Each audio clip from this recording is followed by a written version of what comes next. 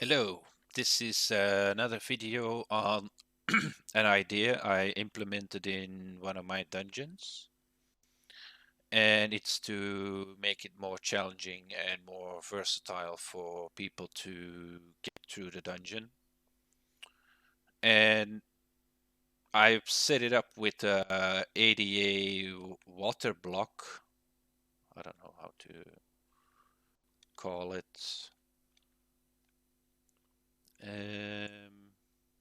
Here it is. You can see under the water here, there's this small rock here. That's the center of your ADA ADA fluid water. It's also in the Amunets dungeon assets mods. So pay attention when you place this, because if you want to remove it, you will have to find this rock again. And I will explain later why that is important. With water, it doesn't matter that much because you can just go in it. But if you want to place like ADA lava or ADA acid, it turns into a really difficult thing to remove it. So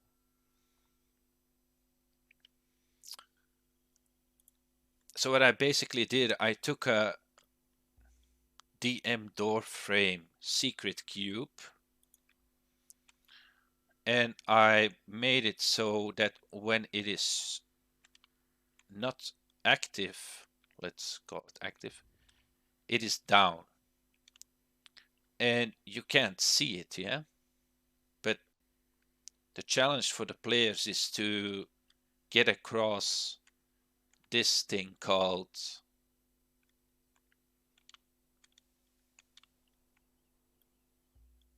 ADA fluid acid,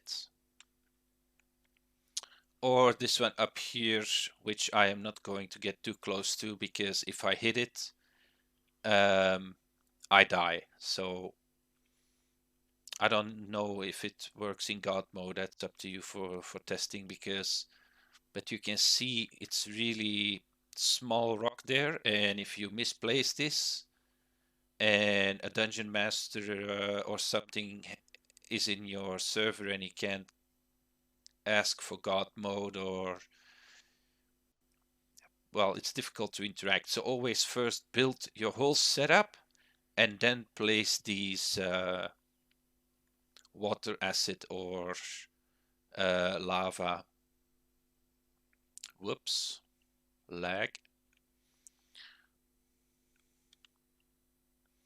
But yeah, and then if the players figure out that they can't jump over this lava or acid, then they will have to figure out to push this button up.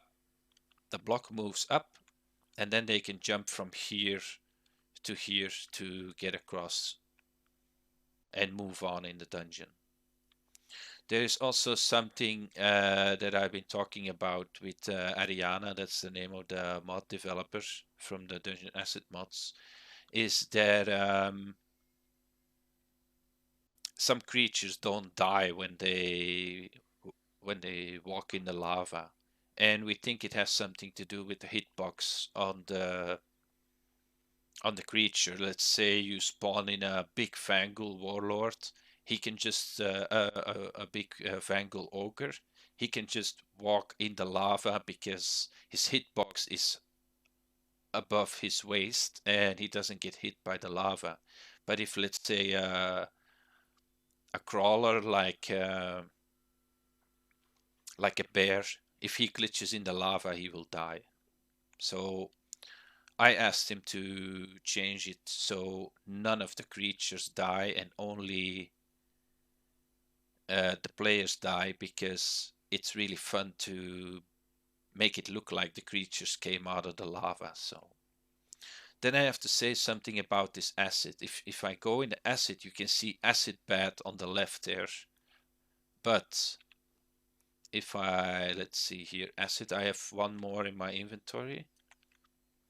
You see, I can stack it.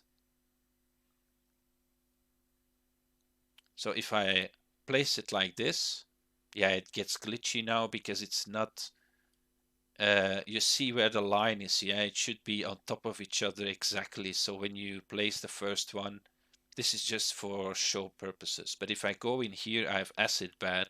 But if I go in here, I have acid bad 2 times because they are stacked on top of each other.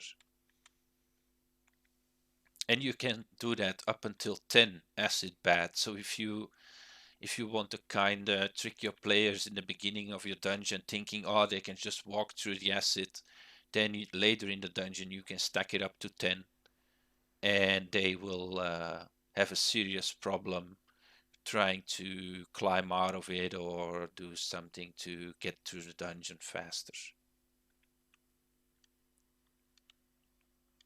Also, something I have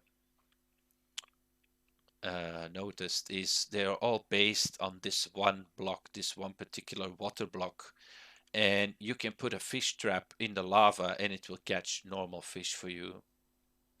And I think it's the same with the acid. I'm not 100% sure, but it's just something I put out there to help you experiment with this and figure out how to implement these building blocks. And I highly suggest to do it like I'm doing it here. Just make a basic setup, and then when you make a mistake or when the lava you don't need it anymore. Yeah, and now I'm gonna glitch straight in it. Okay, now